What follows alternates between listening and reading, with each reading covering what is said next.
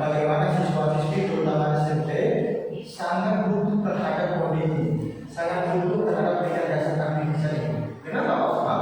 Karena semuanya atau siswa-siswi atau murid-murid pada saat ini semuanya harus bisa tentang dunia digital. Oke, sebelum masuk ke itu, mungkin kalian pernah mendengar coding. Coding itu apa? Yang menurut kelompok 1, coding apa? Kelompok 1, apa itu coding? Menulis instruksi. Oke, coding adalah menulis instruksi. Menurut kelompok 3, coding apa? Kelompok 2?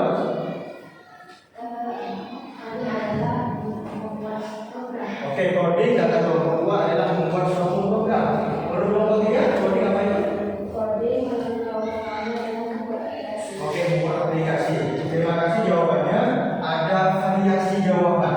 Ada yang mengatakan membuat instruksi, ada yang mengatakan membuat program, ada yang mengatakan apa tadi?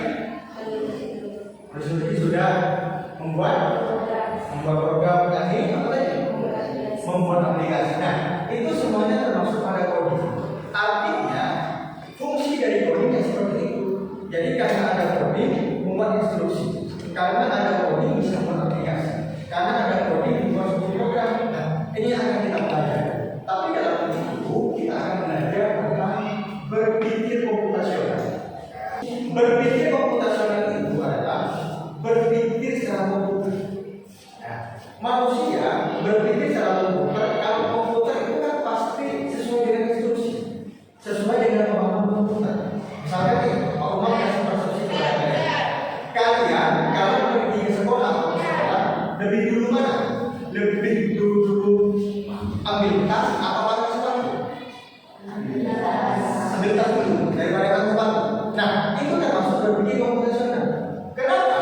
Kalau seandainya kita pasang sepatu dulu, mau ambil tas, maka sepatunya lepas dulu. Jadi itu tidak berpikir komputasional. Berpikir komputasional, kalau membaca di sini ya, berarti murid memiliki kemampuan berpikir yang dapat menyelesaikan permasalahan ataupun persoalan sehari-hari dengan menggunakan teknik ilmu komputer. Berpikir komputasional merupakan kemampuan menyusun solusi masalah secara logis dan sistematis sehingga dapat diproses oleh manusia maupun komputer. Perhatikan, komputer lagi. Berpikir komputasional berarti murid memiliki kemampuan berpikir yang dapat menyelesaikan masalah. Oke, kita di sini punya problem, punya masalah, dan kita bisa menyelesaikan sesuatu itu. Maka itu disebut sebagai berpikir komputasional. Oke, mau tanya, kalian dari sini, dari rumah ke sini, pertama kali apa nih? Sebelum berangkat ke sekolah, apa yang dikerjakan? Buku, apa lagi? Siapkan pen, siapkan seragam, sarapan ya? Sarapan. Oke, habis sarapan kalian mas-mas semuanya habis itu berangkat. Ada yang pakai motor, ada yang jalan kaki. Oke, sampai ke sekolah kalian ngapain? Kalau jalan kakinya ngapain? Ya, nyapu. Kalau seandainya nggak ada, berarti apa? Nah, itu termasuk berpikir komputasional. Artinya kenapa? Setiap langkah aktivitas manusia itu termasuk bagian dari berpikir komputasional. Walaupun semuanya pasti berbeda-beda. Kalau tanya, ada yang pernah masak Indomie? Ada langkah-langkahnya? Ada. Pernah buat mie? Buat teh? Ada langkah-langkahnya? Nah, itu adalah termasuk bagian dari berpikir komputasional. Itu adalah satu contoh ya.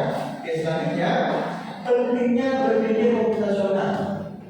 Satu, membantu menyelesaikan masalah dengan mudah. Yang kedua apa? Membantu membuat keputusan yang lebih baik. Coba nomor 3, menunjuk silakan yang baru apa? Nomor 3. Oke, selanjutnya sini Dovira nomor 4. Yang efisien, coba nomor 5 dibaca Rizal. Oke, membantu beradaptasi dengan teknologi. Artinya peranan penting manusia untuk berpikir komputasional itu ada 5 yang telah kalian jelaskan atau telah kalian baca tadi. Oke, selanjutnya, nah ini perhatikan. Prinsip prinsip berpikir komputasional. Ini ingat ya, ingat-ingat. Mungkin nanti soalnya ya seperti ini. Oke. Apa prinsip berpikir komputasional? Yang pertama itu adalah decomposition atau dekomposisi. Dekomposisi itu apa? Memecahkan masalah. Mungkin satu kelompok apa bisa nulis ya? Satu dekomposisi, satu kelompok satu orang nulis. Satu dekomposisi memecahkan masalah. Dari masalah yang besar menjadi kecil, itu namanya apa? Dekomposisi atau decomposition. Selanjutnya pattern, bahasanya adalah pengenalan pola. Apa maksudnya Pak Umar? Menggunakan pola yang bisa digunakan kembali. Artinya ada aktivitas yang berulang-ulang. Seperti kalian sarapan, termasuk berulang kan? Berulang-ulang ke sekolah, berulang-ulang. Maka disebut sebagai pengenalan pola. Yang ketiga apa? Abstraction atau abstraksi. Apa yang fokus pada informasi penting dan apa yang tidak penting. Yang penting ambil, yang tidak penting jangan diambil atau diabaikan. Paham ya? Jadi yang penting ambil, yang tidak penting diabaikan. Yang terakhir adalah algoritmik. Ini nanti masuk ke dalam budaya informatika. Menyusun langkah eksekusi. Nah, algoritma ini menyusun langkah-langkah contohnya seperti apa? Langkah-langkah membuat Indomie. Jangan tulis. Itu algoritma. Tapi nanti kalian jabarkan dulu apa saja bahan-bahannya Indomie. Ada yang mungkin pakai telur, ada kan? Ada yang mungkin pakai sayuran. Sayurannya beda. Ada yang sayuran apa biasanya? Sawi. Ada yang pakai bayam kan? Ada. Tapi yang cocok kalau Indomie itu sawi. Nah, kalau apa tuh sayur lainnya yang kurang cocok, tapi bisa juga. Kan bisa juga pakai kurang cocok. Yang terakhir yaitu berpikir secara algoritma, menyusun langkah-langkah eksekusi. Jadi ada 4. Yang pertama apa tadi? Dekomposisi. Yang kedua pattern, pengenalan pola. Yang ketiga abstraction atau abstraksi. Yang terakhir algoritma. Paham ya? Oke. Selanjutnya itu adalah penjelasan bagaimana kita harus berpikir komputasional. Nah, tugasnya satu, buat algoritma di dalam kehidupan kalian. Terserah kalian algoritmanya apa.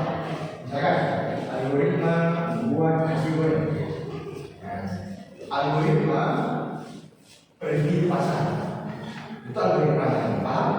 Nah, jadi catat kelompok nih, jangan satu-satu. Nah, jadi kalau bisa bahan-bahannya apa, alat-alatnya apa, kalian jelaskan. Oke, Pak Umar kasih waktu selama 7 menit untuk menjelaskan itu. Silakan Pak Umar kasih dengan KPD-nya.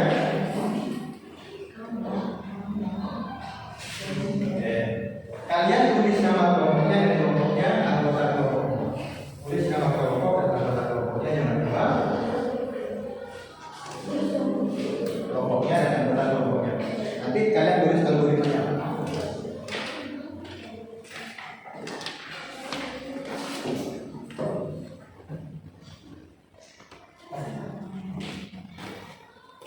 Sambil dirembukan, jangan satu-satu, ngomong tak suka.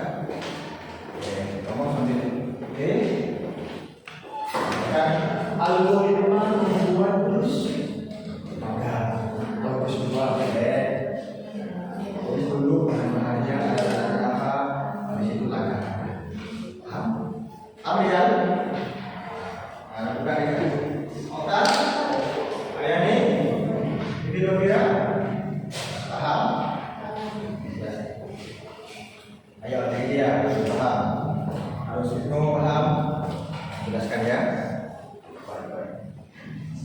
Kalau tidak paham, tanya ke Allah.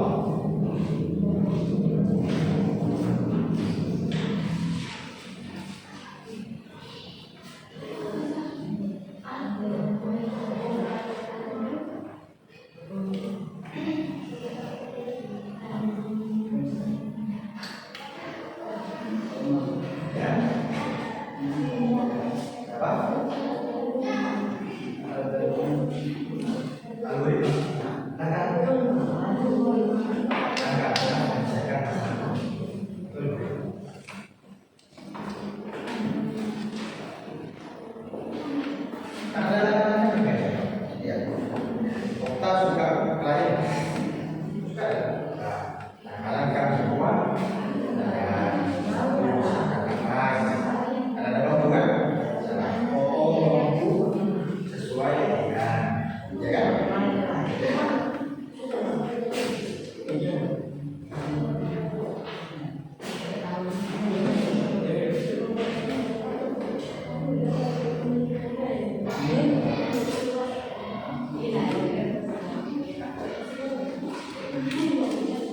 yang mudah saja.